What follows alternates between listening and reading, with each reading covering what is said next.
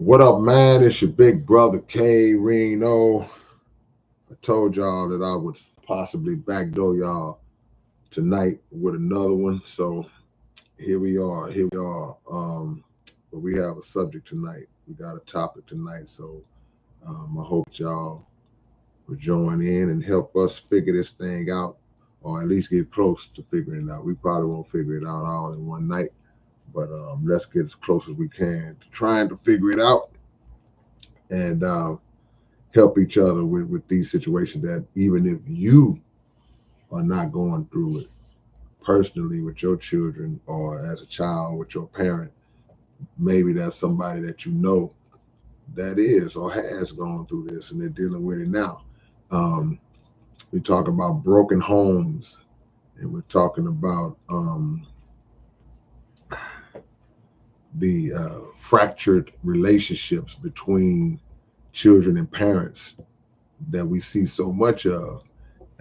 This uh, topic was inspired by a video that I saw, and it made me definitely want to talk about it. And because it's kind of scary, man. It's kind of scary, but I'll wait until we get some people in the room. To the room, I'll wait until the room is consumed before we start going in on this because I want everybody who does come in to really lock into what we talking about tonight. And let's try to make things better, man.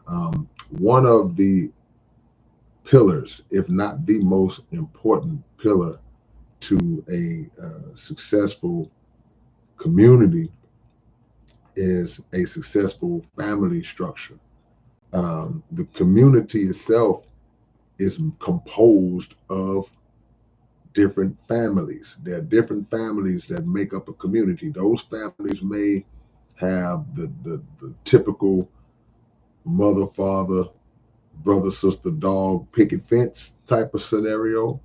Um, it may have the mother, father, no children scenario. It may have the mother, father, 8 children scenario. It may have the mother with 4 of her own, 2 of her own, 1 of her own, or the father even with 1 or 2 or 3 of his own and just him.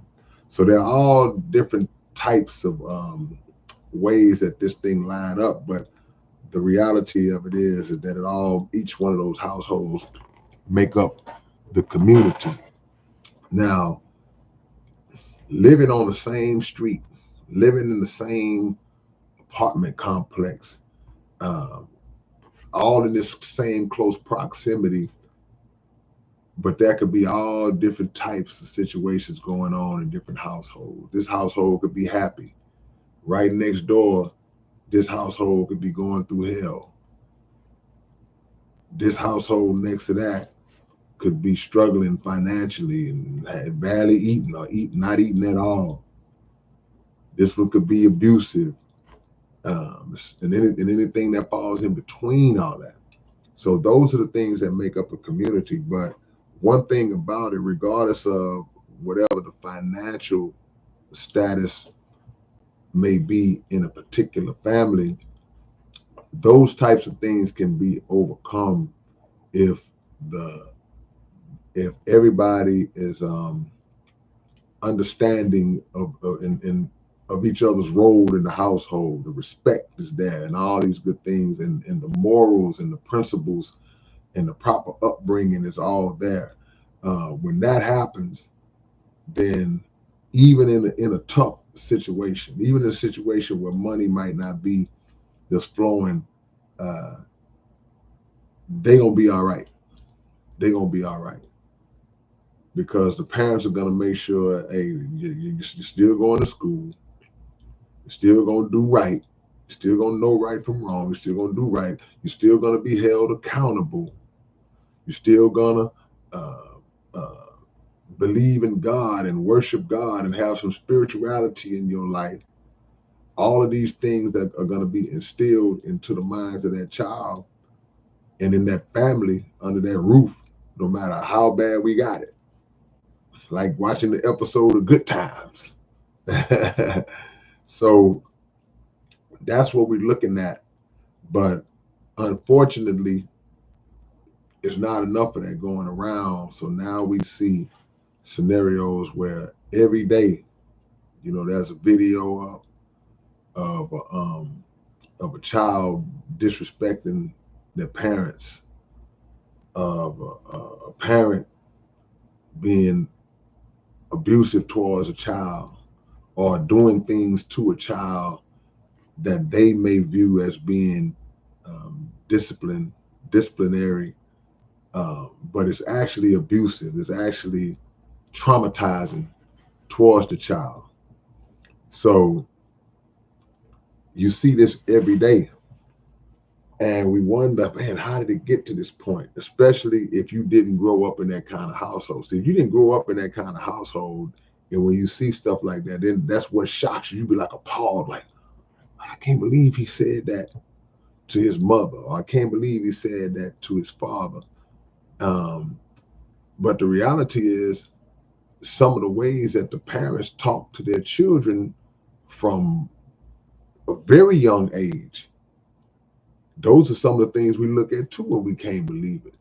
I've heard some things personally in my lifetime where I was just like, I cannot believe how this person is talking to their child. Now, I've saw grown children go at it with their parents, and I don't like that either, because I feel I'm one of those people that feel you should respect your parents regardless. I don't care if the parent is wrong. You should still respect them. That's still a way you shouldn't ever talk to the people who brought you into this world. Some people don't look at it like that, but I'm just one of those people. But I've also seen parents literally cussing out 2-year-old babies, literally whooping 4-year-olds and 5-year-olds, like with just like almost like they grown people, spanking 1-year-olds like hard, like I'm a spatter rod spoil a child type of dude. I believe in the whooping.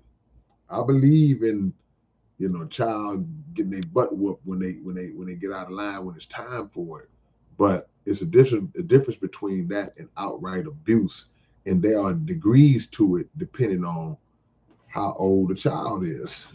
you know, you can't be stomping out a 3-year-old. You just can't do that. Can't get a belt and just be whop whop whop whop whop whop whop whop whop on a 3-4-year-old child. But and then when you carry yourself a certain way around a child, and then that child starts to emulate that language or emulate that behavior, and then the first thing that you do, uh, you get mad and you want to go off on a child. Well, where are they learning from? Child ain't born knowing these words. Child ain't born being able to react the way they react, to do the things they do. They are exhibiting what's called learned behavior. They are exhibiting learned behavior. And when that happens, the only type of parent that would blame a child and discipline a child for that is a parent who's messed up themselves. And that's where a lot of it stems from. A lot of it stems from parents not being mentally ready to be parents, to have children. You're not mentally ready. In a lot of cases, the parent has been through their own trauma, that's been through their own hurt and pain, and they have not properly addressed or dealt with that themselves, their own pain.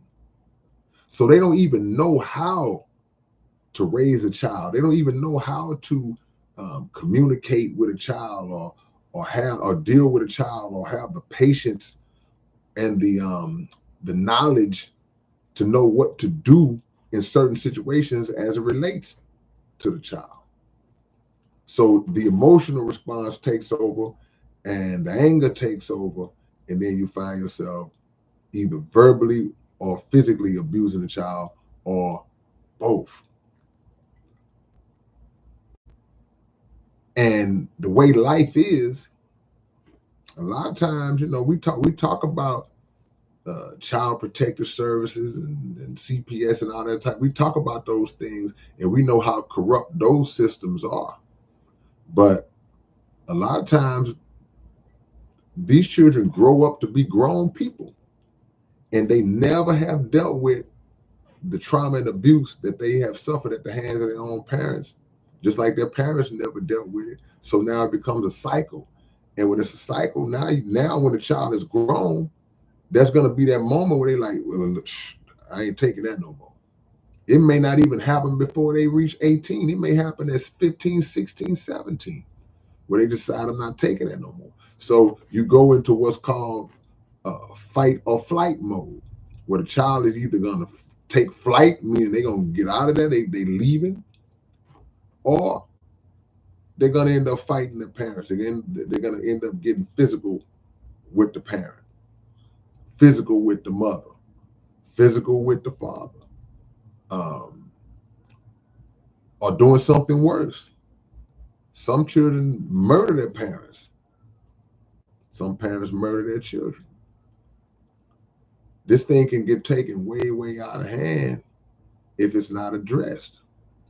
So these are just a few examples of some of the things that we see, and some of the reasons why society is like it is because the homes are broken up, and we're not able to put productive young people out into the world. We're not able to turn young people into productive men and women because we're messed up too. We don't have that knowledge. We don't have that skill set. And the child grows up with all this resentment. The child grows up having children and end up being the same way. So something has to break the cycle. And God forbid we are in those situations where a parent will try to do things with their child that they think is cool. I've seen situations where uh, parents have let their child smoke weed with them. Give your child some beer. Come on, son. Come on, sit on the couch with your daddy. Time for you to drink some beer with your daddy. Time for you to smoke some weed with your daddy, with your mama. Well, I'd rather smoke it here with me than be out in the streets doing it. You're setting a bad example for your child. In a lot of cases, that still doesn't save them from. You think that if you take on this friendship role with your child, that it's gonna make them be like, oh, well, I'll fall in pocket now because mama cool, daddy cool. Well, mom and daddy ain't supposed to be your friend. Not in that sense. A parent can be your friend under the definition, meaning that, okay, one of the true characteristics of a real friend is that they exhibit tough love with you, and they tell you the things that you need to know as opposed to the things that you want to hear, and they guide you even if you're being guided uh, into something that you may not want to be guided into. You're resistant of that guidance because you want to do it your way, but you don't know no better. That's being a friend. But that's not what I'm talking about. I'm talking about the parent that wants to hang out with the child. The parent that, okay, we going like I say, smoke weed together and drink together. I'm gonna go to the concert with you and your friends and hang out. No, that's not what a child needs. A child needs to be parented the proper way, and take that take those hard lessons that will make them better when they get out that house. And some parents just have this soft spot in them. Well, I don't want to upset my child. I want to. You overcompensate because I want to give them the things that I didn't have growing up, and that's cool. That's a cool way to think, but everything still has to be done under the right circumstances, and under the right context. In the right context, you can't overspoil a child. You can't instill a sense of entitlement into a child, especially at a young age, to where now, whenever you do decide to, well, no, hold on, I gotta cut that off. I gotta no, no, son. When you decide that it's time for you to start saying no, when you said yes 8 billion times when you shouldn't have said yes, that's you can try to shut it off, but that child is not gonna shut it off. They're not gonna comprehend. They're not gonna accept that no. That all of a sudden you trying to be some disciplinarian. It's like, no, you ain't never been this way. So the genie is out of the bottle, and now you can't get them back in. The can of worms is open, and you can't get them back in. They coming out, they crawling all over the place. So the early establishment of authority, the early establishment of discipline, the early establishment of the role of the child and the role of the parent is vital. It's very important. It has to be laid out from the jump. And I think I may have told y'all this story before, but I'm gonna repeat it again because I know there may be people in here that haven't heard it. Some of y'all may not remember that I told. Like, I could say, like, my mother, as as nice and sweet as my mother is and has always been, my mother made it a point to establish her authority over me at an early age.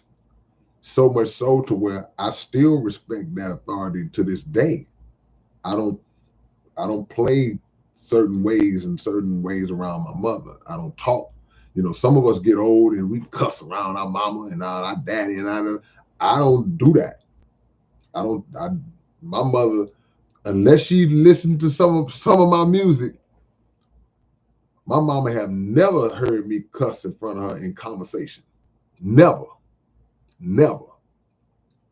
But she established her authority with me early. I can remember being really, really young, really young. And like I said, I told this story before, and I couldn't, man, look, it's certain memories go back far, and certain stuff you can't remember at all. It's things I did yesterday I can't remember I did, but certain things stand out. I remember probably being 4, 5, 6 years old. I don't even remember. Maybe somewhere no older than kindergarten age. I was little. And me and my mama, we were just playing, just laughing and playing and laughing. And I did something where I like raised my hand like I was gonna hit her, but I was playing. We in the middle of playing, you get caught up and you like, ah. And my mama got like real serious, like, hey, don't you ever raise your hand at me like you're gonna hit me. Now in my mind, I was just playing. But she would let me know, no, you don't even play with me like that. You play with somebody else like that. Don't ever play with me like that.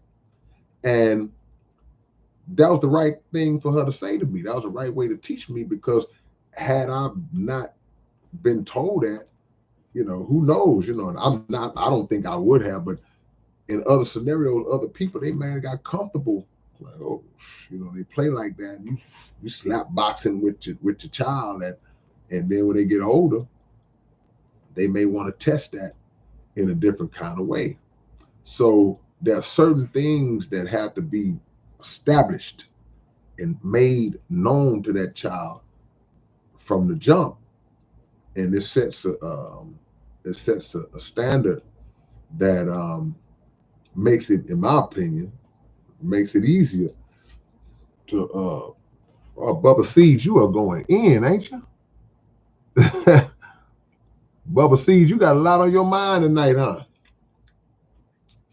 But it makes it easier for you to establish yourself. It's very difficult when you let a child just take over at an early age. And I've seen it. I've seen it. And now by the time they are 17, 18, or whatever, or even earlier, you start to see certain behaviors show themselves. You start to see them exhibit certain behaviors that now you don't even understand. Man, I don't know what to do with them. Let's go to counseling. Let's do this. Let's do that. You know, and that's not to say if you do everything right that your child won't go astray or can't go astray. Your child can still go astray. Things can happen, but you give yourself a better chance, and you give that child a better chance if you are. And when I say tough on the child, I don't mean you got to be a drill sergeant. I'm not saying that, but when I say tough, y'all know what I mean. You know, and you give that child a better chance because you rather be tough on them inside the house uh, with the kind of love, the tough love, compared to what they're going to get outside the house in a world that don't have no love for them whatsoever. No love. So things are severed between parents and children. And if a child is hurt or they feel like their parent has wronged them, because it ain't always the child's fault. It ain't always where he just so bad or she's so wild or she's so out there. No, that's not always the case. Sometimes as parents, we drop the ball. We might not have been there. We might not have been there for our child. We left our child and left him to fend for himself. Left a little boy in the concrete jungle where all the dope selling was and all the fighting and the gangs and all that. What you think gonna happen to him? Mama can only do so much. Mama could be the best that she could be. She could try her best to play both those roles the best she can. And I'm, in terms of like when I'm speaking about little boys. But the reality is it takes a man to raise a man. So now you left him in the concrete jungle and now he getting locked up. Now he run the risk of getting killed out there in these streets. Now he's overcompensating because he's trying to be the man that his daddy never was. He's trying to be the man that his daddy never was. So he get out there, he starts selling a little dope. He making a little money. He paying a few bills now. So in his mind, he the man of the house. And if mama can't control that, or if mama in a bad way financially, because you wouldn't as the father, once she take that first little money from him, oh, he's the man of the house now. He's 16 paying rent now. So this thing can get broken up so many different types of ways that this thing can get broken up. And none of the results are good unless God brings it back together. Sometimes the two parents falling out with each other. Well, a lot of times, I'm gonna say sometimes. Sometimes the two parents falling out with each other can have an effect on the child. Definitely have a huge effect on the child because, and I say this to a lot of mothers respectfully. Respectfully, I say this to a lot of mothers because most of the time when there is a split up, when there is a breakup between the mother and the father of the child, most of the time that child ends up with his mother. But what we can't do, what our mothers can't do, I don't care how bad it was, don't ever talk down about the child's father to the child. Don't ever do that. And I know some people might say, well, man, you know, what if he's this? What if he was a deadbeat? What if he was abusive? What if he was on crack? What if he was, okay, cool. We get all that. But if the child don't know that, don't expose the child to something that their minds are not ready to process. Now, if the child was old enough to see it and see how the father was, the child already knows it. So it's no need to drill it in and keep bringing it up and expressing to the child how terrible his daddy was, and you know, when his daddy fell victim to a circumstance that a lot of people fell victim to. And y'all might think, well, oh, well, no, man, that ain't cool because, you know, it is what it is. And well, the reason why I say that, one of the reasons why I say that is because I can personally say that I've seen examples where there were men like that. They were like that. They were the worst of the worst. And they changed. They got their life together. Now, does that happen with all of them? Nope. Don't happen with all of them. But I've seen it happen enough times to know that it's possible, that it's real. So in the moment of anger, in the moment of disappointment, in the moment of frustration that you feel towards that man who was your man at one point, who y'all had a child with together, in all the feeling and the hurt and the anger that you feeling, do your best to hold that. And I'm talking to men too, because we'll do that with the baby mothers. We'll talk bad about them to the child. Because sometimes it's not about the father not being around when he's gone, like gone forever. Sometimes there's a split, but it's it's amicable enough, even though it's bad, but it's still good enough to where he can come get his baby from time to time, or once a week, or once every 2 weeks. And now the tug of war begins, because now mom at home talking bad about daddy to the child. Then when daddy come get the child, he's talking bad about mama to the child. So because y'all haven't got over y'all thing yet, and this child is caught in the middle of that and looking back and forth like, hey, mama talking about daddy. I don't know who to believe. I don't know who was wrong. Well, the truth of the matter is they both was wrong. But a child at a young age should not be exposed or be privy to certain information about and details about uh, the nature of y'all's relationship. They're not ready for that. But going back to one having primary custody, or one having custody and the other one is just out the picture, then that person get their life together, or they've always had their life together.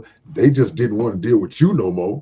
And it was so bad that it made them irrational and just disconnect from everybody, including the child. When they come back to their senses and come back, now you have created this whole narrative, and it might be true at that time, about that person, about that other parent. And the child hates somebody now that they don't really even know, and won't give the parent a chance, won't give the other parent a chance to rectify the situation. We can't get them years back. Can't get those years back. But we can start from wherever it is. And I've seen this too, man. I've seen situations where one parent has talked so bad about the other parent for so long because they were out the picture and the child had no contact. And then when the child got reconnected with that other parent, they realized, well, that parent wasn't as bad as mama or daddy made them out to be. As a matter of fact, I found out mama was lying about a lot of stuff. It was certain things that I found that wasn't even true, because it's two sides to every story, and sometimes three. Or like they say, it's two sides to every story, and then there's the truth. The truth lies somewhere in the middle. But you poison the mind of that child towards the other parent so bad. So now here we got another broken home in that situation. So those cycles have to be broken, and the discipline has to be implemented to where no matter how emotional you are about the person, because you might not want it to get a divorce. You may not have wanted to split up. You may have thought that, oh well, we're gonna be together forever. And it didn't work out like that. So now your emotional response takes over, and you're not handling it well, and you're not even thinking about the most important thing. It ain't even about y'all no more. Once a baby comes into the picture, it ain't about either one of y'all. Y'all are not the star of the show no more. But a lot of times we think we are. No, it's about what's best for that baby or those babies. It should be about what's best for them. And we should be able to put all our little crap to the side. And I know that's easier said than done. I understand that. It's easier said than done. But for the sake of the child, it has to be done because that's been done. People say, well, we're not going to argue in front of our children, no matter how bad it's going down. We're not going to ever let them see that side of us. Because some people, when it gets too bad, when the tensions get too high, they'll be hollering and screaming and cussing at each other, right? And the baby right there just looking like, or crying, or that's what my song I Didn't Ask is about. That's the premise of that song. So, and if you have been somebody who just let your child down, child ain't do nothing wrong, you just let them down for whatever reason, you can't expect to try to come back trying to implement no discipline, trying to check him and get him right and tell him this and that, because he's not going to respect you. She's not going to respect you. And then you can't really blame them. You can't really blame them. Now, like I say, I'm the type of person I would, even if I felt hurt about what my parent might have done to me, there's still a level of respect that I would have in terms of like, I ain't gonna try to swing on them or, or cuss them out, or I'm not going on social media putting it out. I'm not gonna do that. I'm gonna deal with it internally here and internally within just the circle of me to them. But that wouldn't stop my anger. I still got questions that I need answered. But what I saw that made me do this topic was just, it was like shocking. I was like, man, to see somebody talk to their parent like that, and then see a parent talk back to the child like that. It was tough, man. It was hard to watch, and I could see the pain on both sides. I could see the pain on both sides, coming out of both sides. So when people are hurt, then a lot of times we speak from a place of hurt. And when you speak from a place of hurt, then you run the risk of saying something that is over the top. It's like, ooh, ain't no coming back from that one. Because you are intentionally now, you're trying to cut deep. You want to inflict the same type of hurt, or what you believe is the same type of hurt that you feel they inflicted on you. So you got to give it back. And if you're not giving it back physically, you won't give it back verbally. I'm gonna tell you what kind of dirty, deadbeat, nothing piece of whatever you are, low good, no good, low down mother, you ain't never did for me, and now you know, I mean, it's just some raw stuff, man. And we air this out in front of the whole world. We air this out in front of the whole world. And when we air this out in front of the whole world, we're not thinking about our family who's watching it. We're not thinking about what if you have other children that are seeing their brother or sister and their mama or daddy go at it like that. What about your friends, your co-workers? And it's not to say that it's okay, well, we got to try to put on a fake face to impress, like we got a perfect life. No, it's not about having a perfect life. It's about everybody don't need to know what's going on in your household. All of the negativity that might be taking place in your house, that's not for everybody to know. Y'all need to be figuring out how to a way and praying for a way to work that out. Nobody's supposed to see that. But this social media age that we live in now has it to where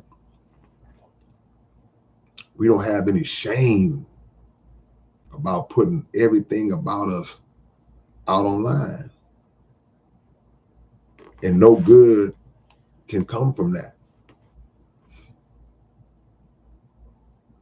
So when the family structure is dead and broken, what kind of communities do we have? We already know that we live in a society that has created a prison, a school to prison pipeline.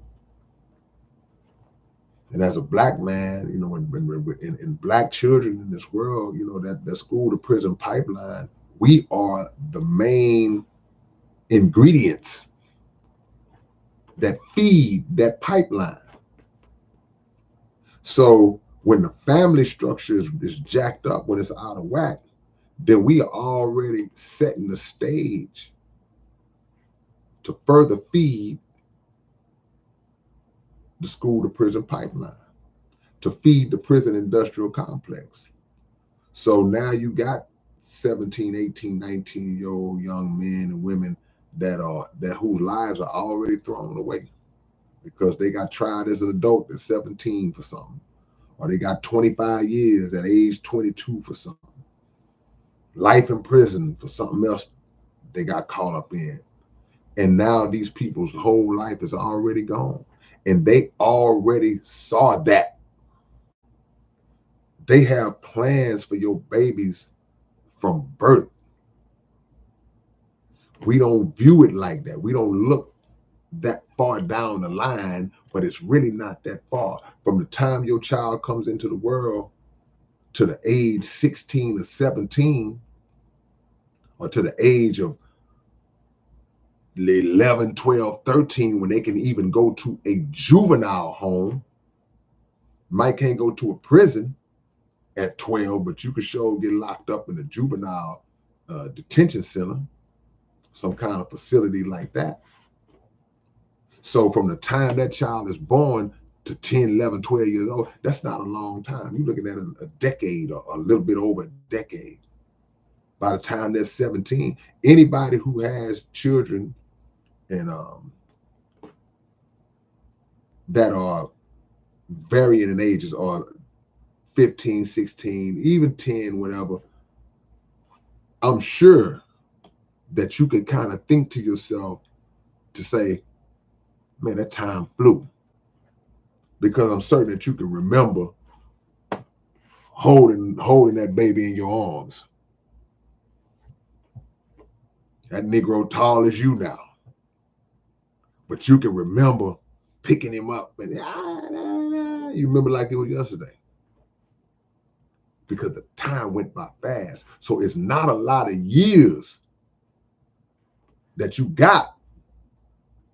They already planning and projecting.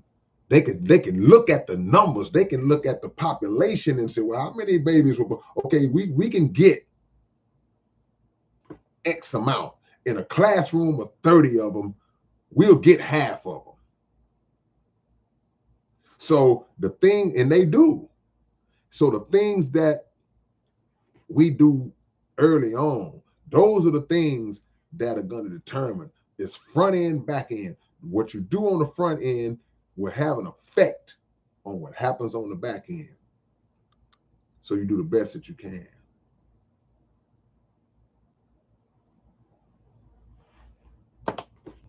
The book say, teach a child in the way he should go, and when he gets older, he won't depart from it.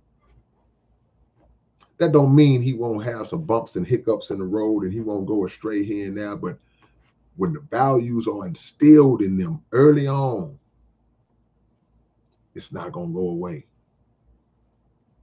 They're going to know, well, I know I was wrong. I know what I'm doing is wrong. And if they don't get swallowed up, a lot of times they'll come back. A child, the capacity for learning is at its greatest, from what I hear, when you're young. Your mind is just like a clear chalkboard, a blank notebook, a notebook full of blank pages. When you're young, you take the information quicker and you pick up on things. You pick up on things faster. You learn stuff faster. Children learn to speak other languages by the time they 8, 9 years old. And by the time you 35, 40, you can't even remember 2 words of Spanish, 2 words of French, because you got so much other crap jumbled up in your mind that you accumulated over years and years and years. You're just not in a pure form no more. So you start as early as you can with your babies. And when I say start early as you can, I mean, once the knowledge of conception is given to you, once you know in your mind, well, oh, it's a baby in there? Oh, it's one in there? It's a developing life in there? You start teaching. You don't start when they born. You don't start when they, well, wait till you're 8 months when they not. No. In the womb. You're reading to them in the womb. You're talking to them in the womb. You're doing your best to block them from any outside mess. You don't have your woman all that around the family and they fighting and cussing, and you don't have her at the club, and you don't have them smoking weed and drinking while they carrying the life, carrying that future.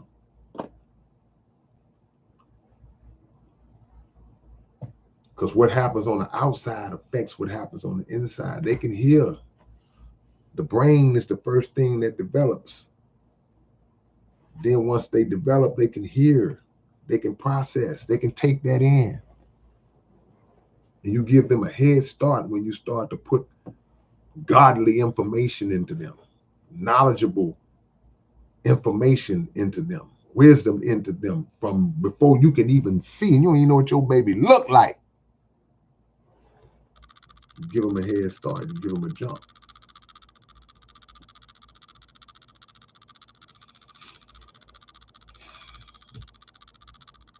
Do that guarantee success?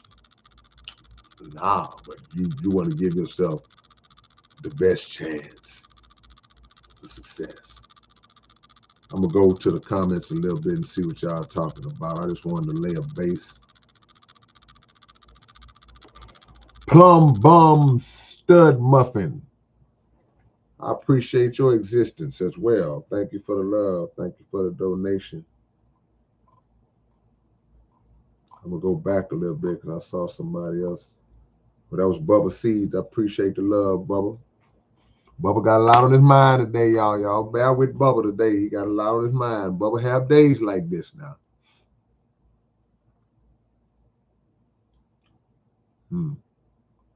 I'm I'm going backwards, y'all, because I want to see what y'all said on this topic.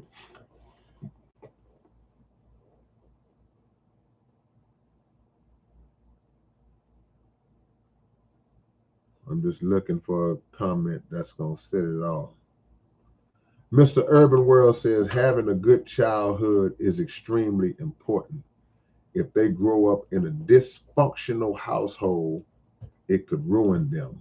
I still remember everything from my childhood. Thankfully, I have amazing memories. Yeah, man. Dysfunction is a real thing. And sometimes young people, they can't wait to get to a position where they can get out of that dysfunctional household because, they looking at it like, man, it's stressful. Don't ever think that a child can't be stressed out. Well, how you gonna be stressed? You ain't nothing but 9. You ain't old enough to have no stress. No, you can stress a child out, man. You come home beating his mama every day, and there's nothing he can do about it because he's too little. It's like, what you think? That's stressful. He and his mama and now, and you just beating, and you come home drunk and all that. Child ain't got no clothes because you stealing the money, and child hungry. Ain't no food in the house because we poor, we broke, we struggling. Got to go to school hungry, can't even focus.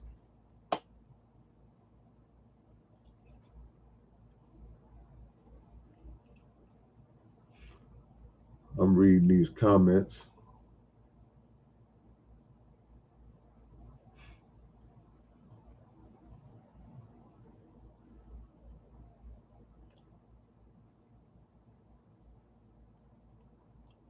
Phantom Face say they'll say I brought you in this world and I'll take you out. Parents. Yeah, the parents, yeah. Now, I will say this in some cases now, when you have done everything right by a child, gave them a good upbringing, treated them, gave a good balanced upbringing, not spoiled, but not abusive. You were solid. And then you just have an ungrateful, unappreciative child that crosses the line and starts disrespecting you. You might have to let them know, I brought you in this world, I'll take you out. Basically, I'm not going to tolerate no disrespect from you.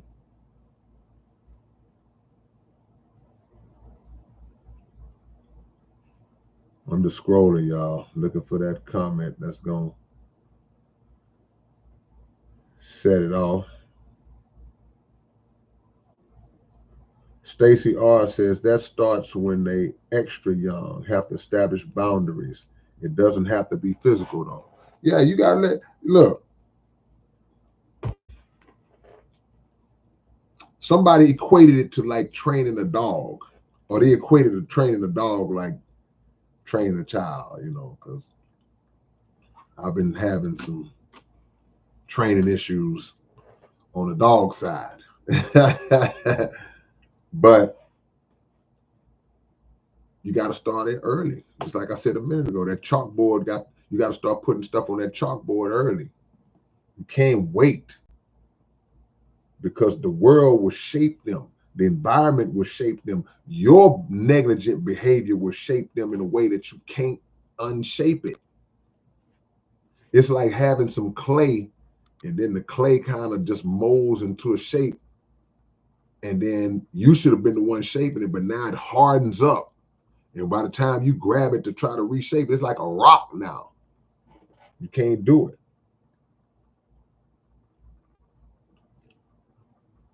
It's that B. DeBramo said, my dad hated my mom and showed his hate for me as I got older. I don't know what to do with that. I just worked. Well, it's possible that your dad just got some hate in him because of some hurt that was in him from something from his past, something that he never healed from and he never addressed. Does that make it right for the way he treated you and your mom? No, it doesn't. But everything has a root cause. There's a source and a root to everything, every behavior, every problem, every person. You look at them and say, okay, well, this is what we see now, but behind that, under that, is something that took place probably long before any one of y'all was in his life, that just made him like that. He never was able to process and get that out to where he could show that same love to your mother, and then after you came along to show it to you. So I got a song called From a Distance. And it's basically just saying sometimes when it's like that, if you know you've done everything or you're doing everything you can do, you got to love people from a distance. You can only try to force it for so long. It's like, well, you know what? I tried to love my mom. I tried to love my dad. I tried to love whoever. So I love them from a distance and pray for them the whole time, because so many children want a relationship with an estranged parent, a parent that hasn't been around, or and how many people have never met their parents. See, that's a whole other scenario when you talk about people who may have had an abusive father, deadbeat father, that, you know, where I only see him, he used to come around maybe once a year, and I remember one time he bought me some shoes, you know. But there are other people who have never laid eyes on their father. Never. So just as human beings, we can go through life and still live life. We can still turn out to be productive, successful people in life. But internally, that void is going to always be there, because just the curiosity, the human nature, the curiosity of just wondering, man, who is my other half, and why didn't that other half want anything to do with me if they didn't die at a young age? That don't count. You know, sometimes, yeah, father was there, but he passed away when she was 2 months. That don't count. I'm talking about this dude been alive the whole time you've been alive, and you 40,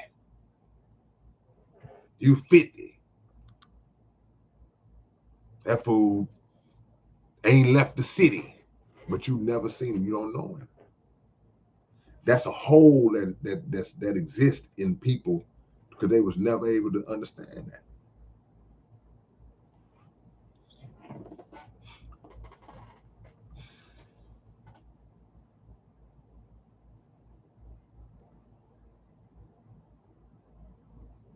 I'm just scrolling, y'all. I'm just scrolling, trying to see what y'all got to say on this topic. Phantom Face says, it's like my parents was reluctant to take care of me. That's the one reason why I was homeless at 14. And some things go unexplained, like you don't even know why.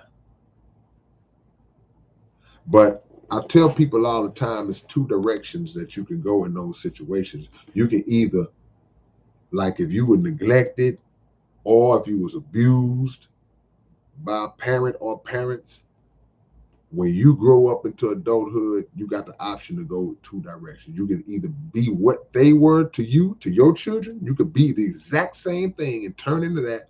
Or you could say, I'm never going to do mine the way mine did me.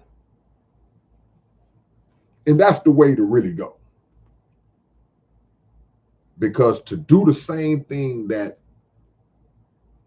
bad parents did to you,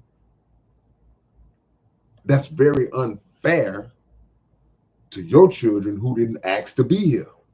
So now you brought children in the world that didn't ask to be here, and you're going to punish them for what your parents did to you.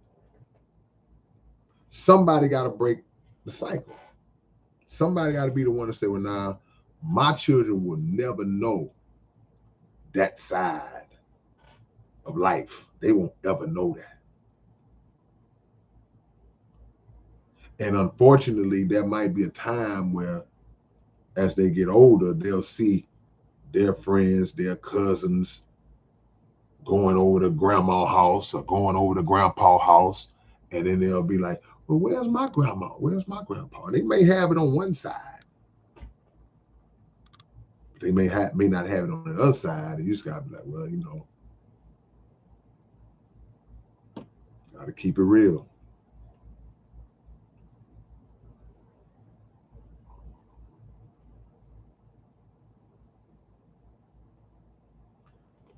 Fallen World Films, I appreciate that, man. I'm still scrolling. I'm reading y'all's comments now on this subject. We got to fix our families, man.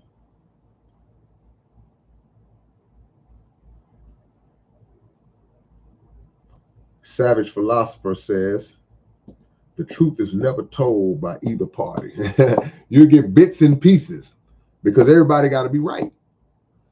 Everybody got to be right.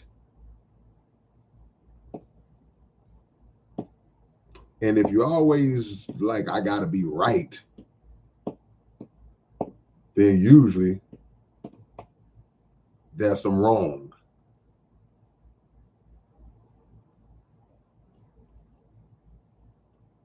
Jada Flow says there's a Billie Holiday song, God Bless the Child. God Bless the Child who got his own. It's about a Bible verse, but to me, it's about the cycle of bad parenting. That's an interesting uh, take on it.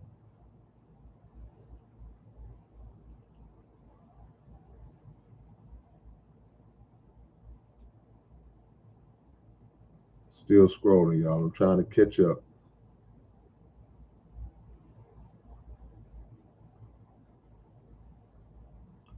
Zigzag, appreciate the love. Trying to catch up, man. So I see you, Gray Wolf. Lady Trill, I see you too.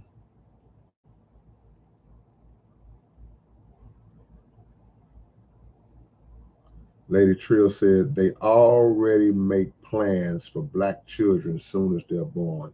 I tell my sons that. Absolutely. It's a war. They're waging war against black babies, particularly black males. So when there's a war, you have to be in the mind frame that I'm not only raising sons, I'm raising soldiers. Jada Flo says, I got lucky I wasn't locked up. Got lucky because of how great my mom is. Things happen so fast. Yeah, salute to all the mothers out there.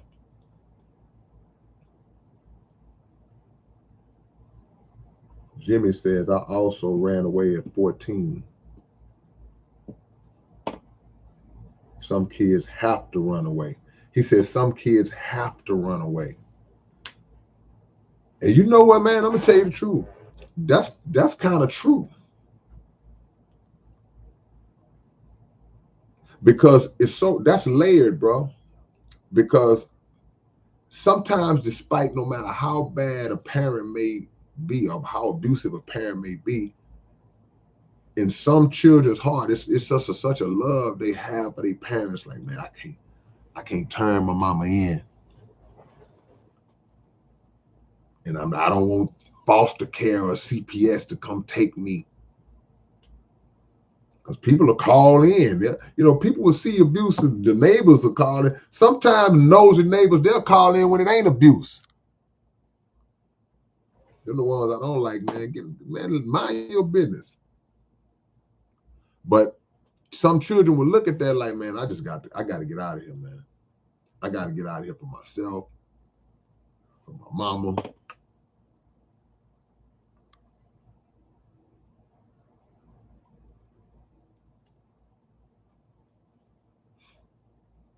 I'm catching up, y'all.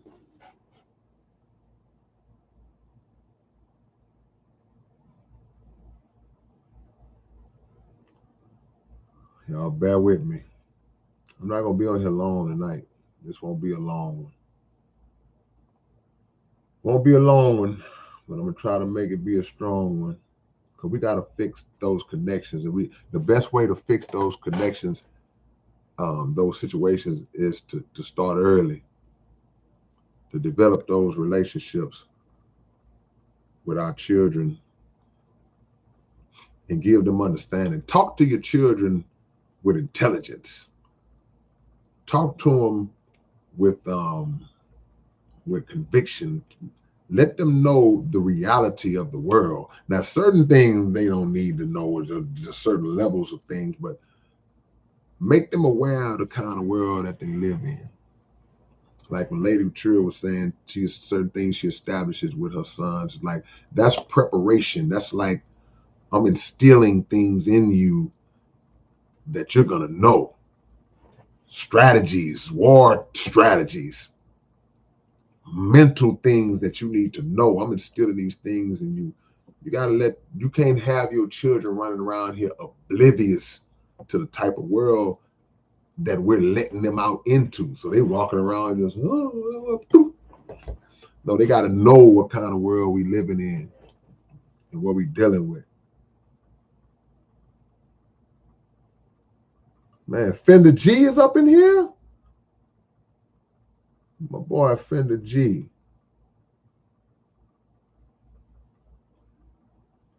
Jada Flo says, is it possible to fix a family without ruining things? Yeah, of course.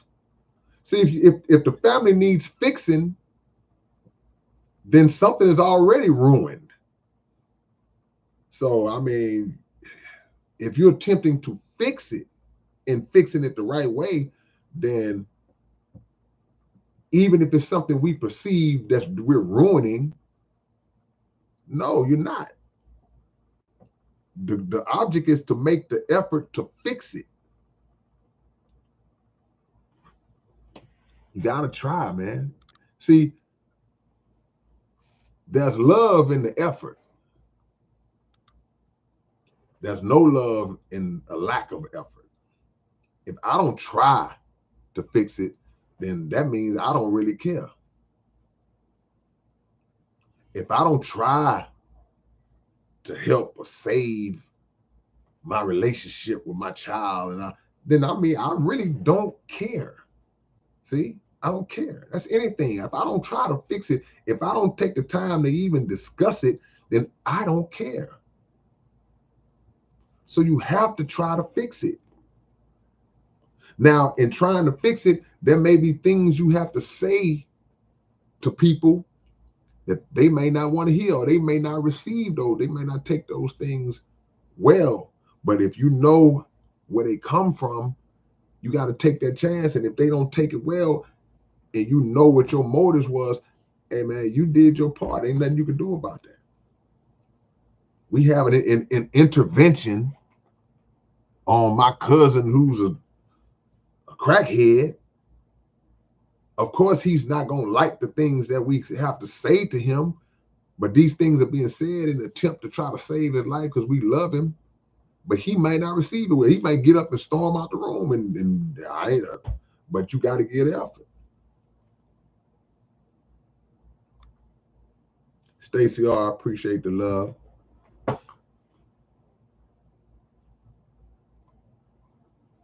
Because your children, man, this is not what you saw for them when you brought them into the world, when you held them when they was baby. Everybody that's in the penitentiary right now, every single person that's in the penitentiary right now, no matter what they did, at some point, like I said earlier, somebody held them like this, and they was that little bitty baby, that innocent, sweet little baby. Something went wrong. Something zigged when it should have zagged. Shout out to Zigzag. See, this is a course we on. We on a course. And you just coasting along. Any minute you could hit a bump, or something can distract you and take you off course, take you this way when you really should be going this way. It's delicate. It's very delicate, man. Short Bus says I was homeless at a very young age because of family. I got arrested on 2 felonies at 14 years old and felt good about being in jail. Yeah, because it can play on your mindset. Because some of us be like, whew, I feel more comfortable in here than I do in my house. That's when you had a hard life.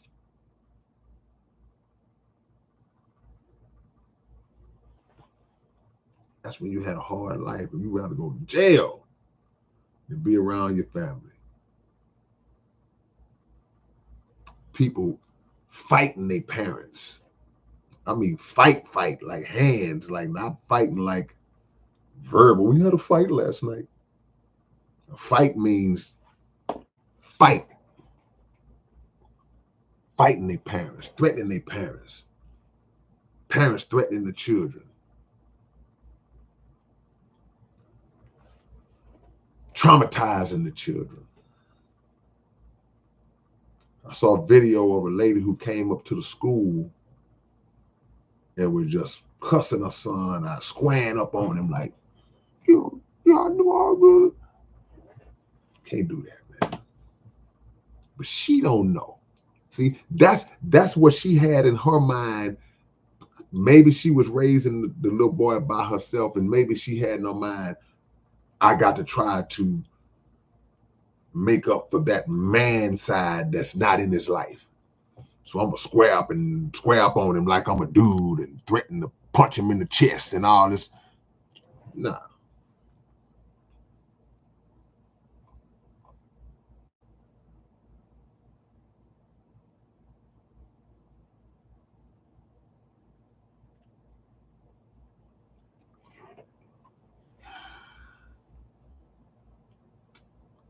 Korn has a song called Beating Me Down.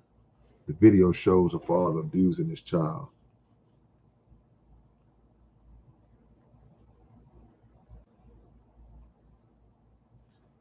Walaikum salam, brother Al El Malik Shabazz. Nah, man, I don't. How weird is that? My kid will be levels beyond me when he reaches my age. Joshua Wiggs. That's what he's supposed to be.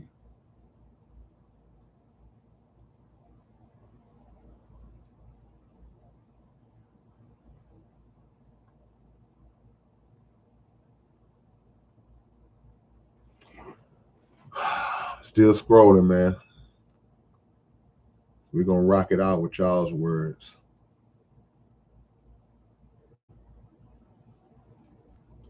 See now and know the system is messed up, but regardless, you gotta overall.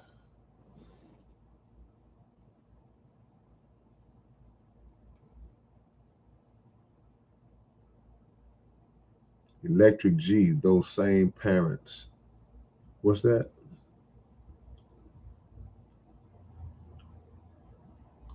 Those same parents watched the Drake and Kendrick Lamar battle with their kids. Well,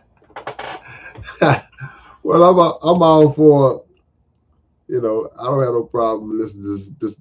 If you can find common ground with your child on something that's not terrible, some good music or something like that, something good on TV or something. If you any common ground, because a lot of times we make the mistake of trying. When I was talking about being friends with your child, you around this bad boy trying to wear your pants sagging and dressing like a child, acting smoking weed with him, like I said earlier. I mean, come on, man, that's a little too much. But there are things that you can find common ground with your child, that y'all have these things that y'all can kind of share together, because hip hop is so transcendent in terms of age demographic and all that, to where it's like, it's possible in this day and time for parents and young people and their children to jam the same music, some of it.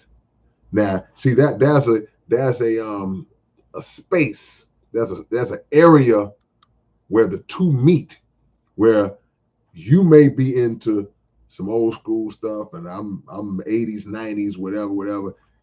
Your child may be into current, 2010 to current, whatever. But there's always a little middle ground that you rock with this particular artist, and I rock to this too. Yeah, we both like this guy. So if you can find that, and it's not something that's just crazy, then it's nothing wrong with that. Because the fact of the matter is, a lot of the stuff that we may think we keeping away from a child because you don't allow it in your house, they hearing it anyway. But you're doing right if you don't allow it in your house. Hey, I look, son, daughter, I know you're gonna hear this anyway, but you ain't gonna be playing it in here. Because you're not going to stop your daughter from listening to some of the ratchet songs they like to listen to. You're not going to stop your son from listening to some of the stupid songs that's out that they want to listen to. It's not going to stop it. Because they got to go to school. They're going to hang out with their friends. And if they can't get it, trust me, they're going to hear it. So it's better to just have those conversations. Yeah, man, I know you like to listen to this, but let me explain the difference between, see, this kind of rap here, man, this ain't sustainable. I know you like it. It's good entertainment. That's cool, but don't try to assimilate into this. Listen to this for entertainment only. Like if you was watching a movie about a man, this Freddy Krueger coming in people's dreams, and okay, separate the entertainment aspect from the reality.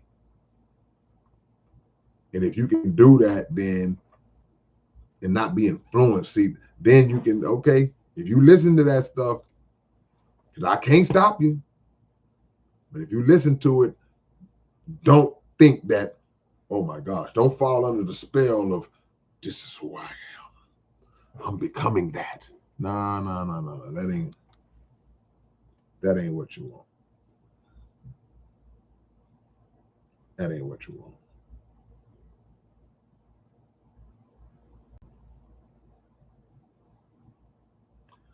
Jimi Hendrix says, in my experience, other countries have closer knit families. One of the loved living in Central America. At times I felt like I was living vicariously. Yeah, America's jacked up. This American society, this whole culture has been poisoned. Everything that we do, we have these conversations all the time. Everything is poison. So the way that children are brought up is poisoned. The things that are told, the power that's even being stripped from the parents to raise their own children. You don't even have the power to raise or discipline your own children without some kind of cloud of consequence being held over your head. Just tell the truth, Johnny. Did your mother hit you? Yeah, my mama hit me. And I deserved it. You told me to tell the truth. Did she abuse you? Nah, my mama ain't abused me. I caught a whooping, man. I shouldn't have did it. She told me 18 times not to do it. I did it anyway. But they looking for every excuse, every reason. Try to break that home up.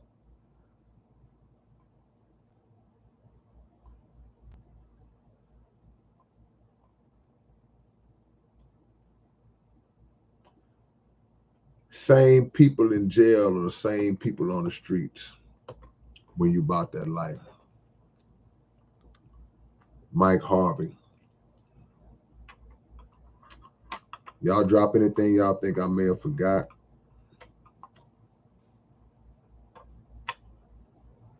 We can't, as children, grown children, still hold animosity and resentment towards parents who might not have been perfect coming up. Whatever time you lost or whatever you didn't get from your parents, it's gone. No amount of animosity and hate is gonna rewind that clock and let you go make that time up with your parent. If your parent is still here, then you got a chance, especially if they have reformed or seeking to reform. You got a chance to establish some type of relationship. You can salvage something. Don't just hold that forever and ever and ever and ever and ever. Okay, they was on dope real bad, and I never had a childhood. I never did. Don't hold that. Don't hold that, man. You know, your parents are gonna pass away one day.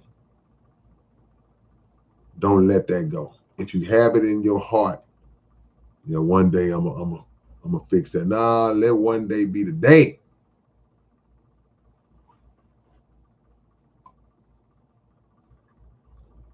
Break the cycle. Break the cycle, man. All right, man. Drop y'all locations.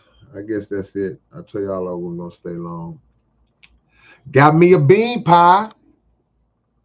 I got one. I ain't got to violate tonight.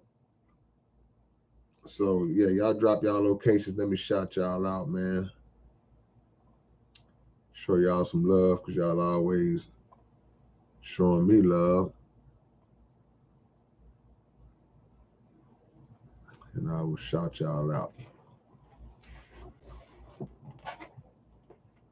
Jimmy is in Maine. Phantom Face is in Columbus.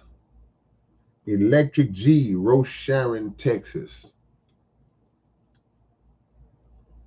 Bubba C's is out there in Orange. Mike Nice, Boston, Mass. Joshua Wiggs is in Clarksburg, West Virginia. Casual P, the Slain. Oshkosh, Wisconsin. Oshkosh Bagosh. Dollar Bill. Dollar Bill, man. You be incognito in the chats, man. Stacy R is in Pennsylvania. Jada Flo, you in New York? You say you made a bean pie? But I gotta do it all. I gotta do it over. I didn't mash the beans and man, you know what? One day I'm gonna try to make me a bean pie. You just gave me some inspiration, bro. I'm gonna try to make me one. I'm gonna get the recipe. I'm gonna try to follow the instructions. I'm gonna do my best. I might need some help though. See, baby, out there in Studi Wood, H-Town in the building. What's up, C, baby? Appreciate you, my brother. Orly Doss.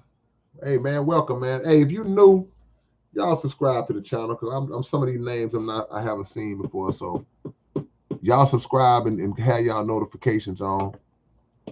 And then please come back every time. And every time I see new people, it reminds me, go subscribe to the Underground Dialogue podcast and check out all the content and the interviews. And go subscribe to the Legends 34 podcast if you're a sports fan. Legends 34. Spikey is in California.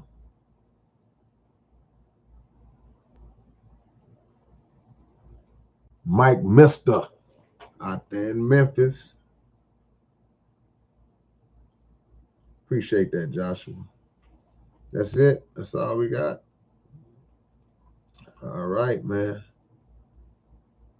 Well, I appreciate y'all, man. Again, y'all subscribe to the channel. And I will catch y'all later on. Peace and no hair grease.